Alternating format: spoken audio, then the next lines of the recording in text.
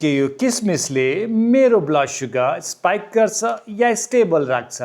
Let's find out. यो 20 ग्राम किसमिसमा छ 60 calories, 15 ग्राम carbohydrates, 12 ग्राम natural sugars र 1 ग्राम फाइबर। जम्मा 1 चम्चा रेजन्स खाएर मेरो ब्लड सुगर 40 mgले स्पाइक गर्यो।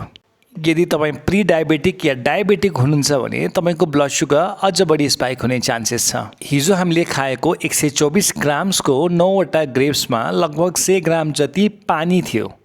त्यो पानीले केही हदसम्म हाम्रो ग्लुकोज अब्जर्प्सन हाम्रो बडीमा स्लो डाउन गर्यो। तर जब हामी कुनै पनि ड्राइड फुड खान्छौँ त्यसमा भएको वाटर कन्टेन्ट एकदमै कम भइसकेको हुन्छ। यानि कि सुगर कन्टेन्ट अलमोस्ट सेम तर no water content to help slow down the glucose absorption. रेजन्समा आइरन, पोट्यासियम, एन्टिअक्सिडेन्ट्स र अन्य न्युट्रियन्ट्सहरू छन्। तर तपाईँ धेरै रेजन्स खानुहुन्छ भने यसले दिने ब्लड स्पाइकको तुलनामा त्यो धेरै कम छ।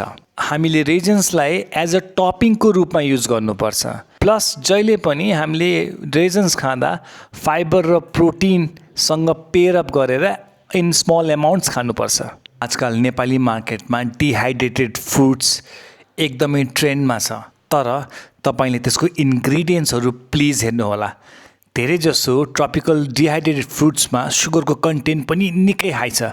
सो अनलेस तपाईँ 1-2 पिस मात्र खाँदै हुनुहुन्छ, तपाईँ एकदम धेरै ड्राइड फ्रुट्स खाँदै हुनुहुन्छ भने तपाईँले न्युट्रियन्ट्स त पाउनुहुन्छ तर तपाईँले ग्लुकोज स्पाइक पनि उत्तिकै ठुलो पाउनुहुन्छ।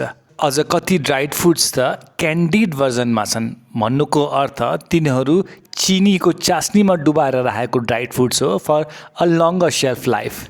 Please remember, individual results vary and follow for more.